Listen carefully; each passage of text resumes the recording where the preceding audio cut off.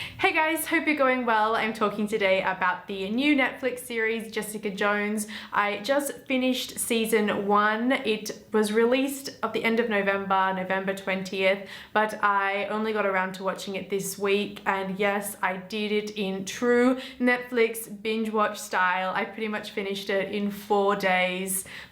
Maybe 5 days it took me to finish watching the entire season. This is going to be a full-on spoiler review chat. So if you haven't seen Jessica Jones yet, then don't watch this video. Go onto Netflix, take the 4 or 5 days, whatever it takes to finish the season, and then come back here and then watch this video. The episodes run at about 50 to 55 minutes a pop, so what's that, 13 hours? You really, if you're dedicated, you could be done in a day. Can I start by saying I'm still not convinced by the whole binge watching trend that Netflix has prided themselves on and really cultivated, because it just feels like such a marathon. It felt like I was pushing myself to like get through the episodes back to back and just kind of getting through it, as opposed to being able to relax and enjoy it and think about it between the first episode and the next. It all kind of blended together in the end. So I am still not sure that I'm sold on it, because when Netflix did this with Daredevil earlier this year in April, I didn't binge Daredevil. I watched it pretty leisurely over the course of probably two and a bit weeks, and that was a much nicer experience. This one, I felt like I was just trying to like hammer through it. So before I get carried away, I pretty much want to start off up front telling you my overall feelings about the season.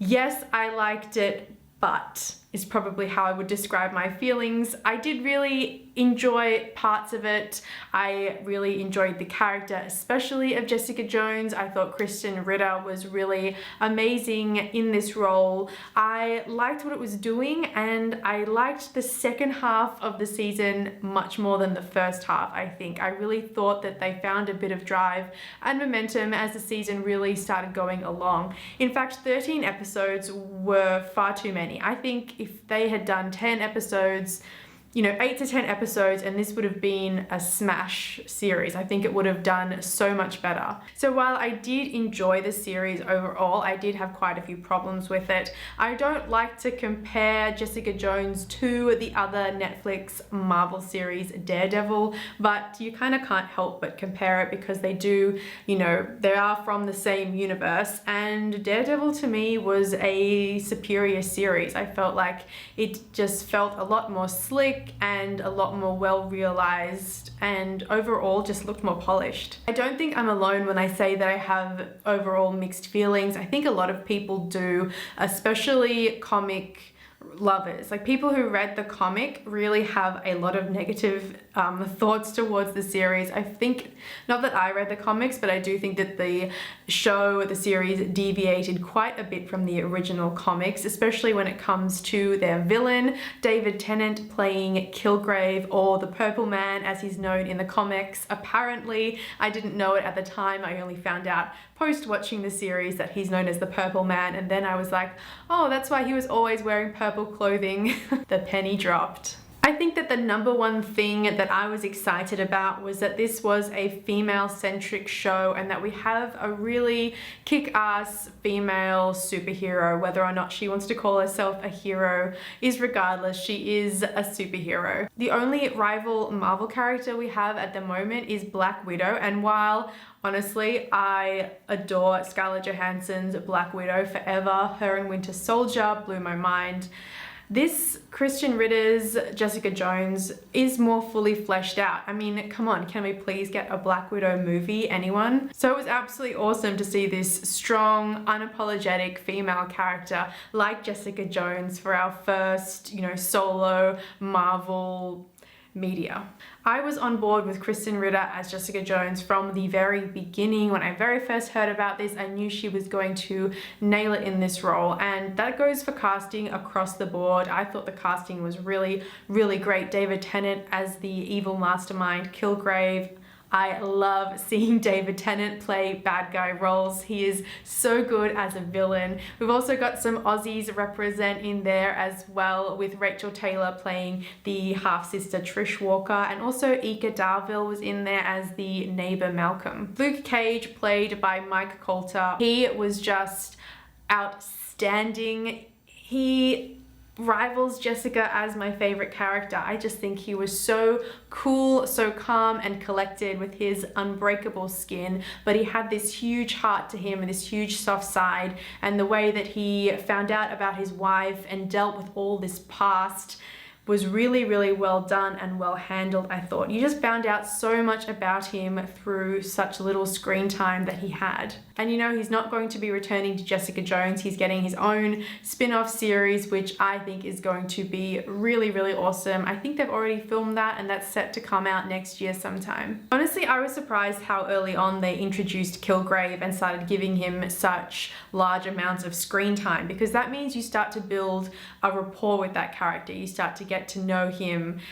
And that when you start getting to know your villain a lot, it can be good, it can be bad, because you start to empathize with him and his decisions. Despite how despicable they may be, there were a few points in there I kind of felt a bit bad for the guy, maybe. He's a monster, no doubt about it, but he's also quite an immature villain. He's just doing things because he doesn't know any better, not because he is inherently evil. I mean, there's that time when he's in the Jessica Jones family home that he's built for her, that he's recreated from scratch as a gift to her, and she suggests to him that maybe he could use his powers for good, that he could be a hero, and he acts that out and is quite pleased with himself and the results. So it just shows that his powers could have potentially been harnessed for good, but we all know because of his nature it would never be for a sustained period of time. He was always going to relapse into his evil ways, which is why she had to take him down. And honestly, I did not think that they were going to go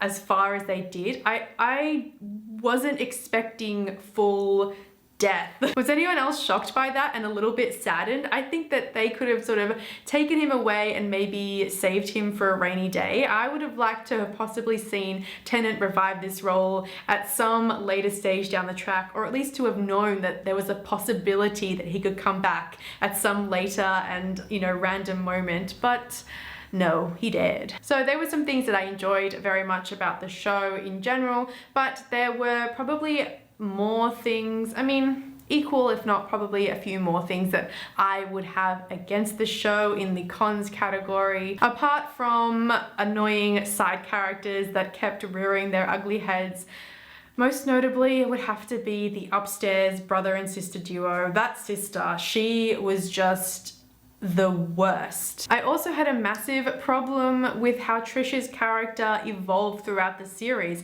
I felt like she started off really strong. She's training herself. She's walled herself in this fortress. She's very smart and intelligent about her surroundings, and she knows how to keep herself safe. So clearly she's had trouble in the past, and now she wants to be a strong person physically, emotionally, and she's smart about that. But then as the series kind of unfolds and she lets Simpson into her life a little bit too hastily, if you ask me, I think she should have been more wary about bringing him into the inner circle. And then from there, unfortunately, as much as she tries and she's always there, she wants to be Jessica Jones' right-hand woman, so to speak, she just keeps getting in the way. I mean, even in the final moments where she's meant to be the decoy and she's got the headphones on so as not to hear Kilgrave's orders, and then her headphones fall off and suddenly she's under his control, and I'm like, damn, Trish. I just felt like she started off with so much potential at the beginning of the series, and I thought that they were going to really develop her character so that by the end of the series she really was Jessica's number two and the one that Jessica relied upon the most. And I just kind of didn't feel like that happened. I think that the fight scenes, there were some really cool moments, but Kristen Ritter, I don't think is, well, obviously she doesn't have a martial arts background.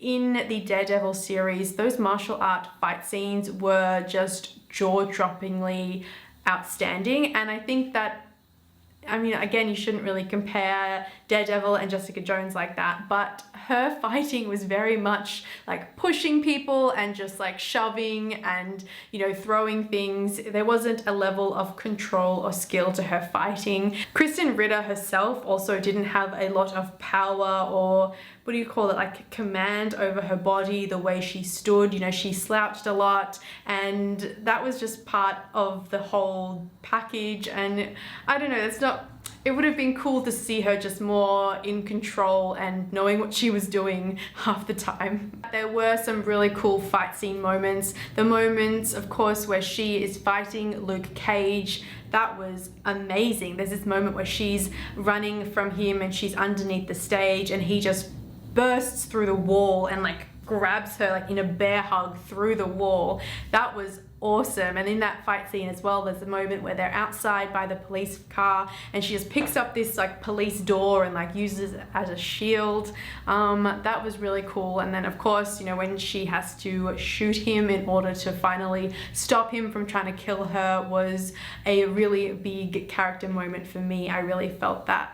The other big shocking fight scene is between Hogarth and her ex-wife Wendy when the death of 1,000 cuts. I know a lot of people online are talking about this fight scene because it's just so brutal and it just never stops. Wendy is constantly slashing Hogarth with this little knife and counting out these numbers like, you know, 23, 24 as she's slicing her up, and Hogarth has her hands outstretched and they're just getting all cut up. That was really brutal. In fact, there are a lot of surprisingly brutal moments, which is actually pretty out there. I have no doubt there is going to be a season 2 for Jessica Jones. There were just too many little things that they set up so nicely that didn't get fully realized, especially the character of Simpson. Once he goes all rogue with the pills and all of that, and then suddenly he's just gone. Like, he deserved a big ass finale if they were going to finish off his character arc properly, but no, he just kind of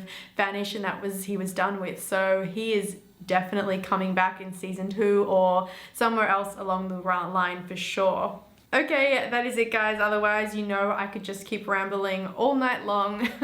Let me know what your thoughts on this season of Jessica Jones was. Let me know some of the things you liked, some of the things you didn't like. I'd love to know. Also, let me know if you like spoiler chats in general. I don't do a lot of these on this channel because I actually don't know why I don't. I just feel like more people prefer non-spoiler reviews, but chatting spoilers is like the most fun thing about chatting about movies. I mean, that's what I think. Anyway, so let me know if you like spoiler discussions. I will think to do more of them in the future. As always, you can subscribe to my channel and keep up to date with my other movie and TV reviews, and I will talk to you guys soon. Bye.